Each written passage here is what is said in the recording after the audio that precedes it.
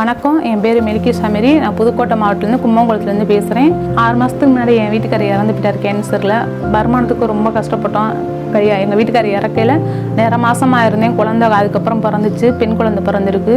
எனக்கு 2மே பொண்ணு தான். ரொம்ப கஷ்டப்பட்டேன், சாப்பாட்டு கூட வழி இல்லாமல். மதர் தெரசா ஃபவுண்டேஷனில் இது மாதிரி விதவைகளுக்கு உதவி பண்ணுறேன்னு சொல்லி கேள்விப்பட்டேன். போயிட்டு டேடியை பார்த்தேன். நான் என் கஷ்டத்தை சொல்லி அழுதேன். என்னால் முடிஞ்சதே நான் செய்கிறேம்மா, கவலைப்படாதம்மா அப்படின்னு சொன்னாங்க. மாதம் என் பிள்ளைகளுக்கு பால் வாங்கவோ சாப்பாட்டுக்கோ உதவி பண்ணுறாங்க. ரொம்ப சிரமமாக இருந்தது. இப்போ ரொம்ப அவங்க உதவி பண்ணவும் எனக்கு ரொம்ப கொஞ்சம் கஷ்டம் இல்லாமல் ஓடிக்கிட்டு இருக்கு. என் டேடி சொன்னால், நீ நம்பிக்கையோடு இருமா, நான் பார்த்துக்கிறேன். எனக்கு ரொம்ப சந்தோஷமாக இருந்துச்சு.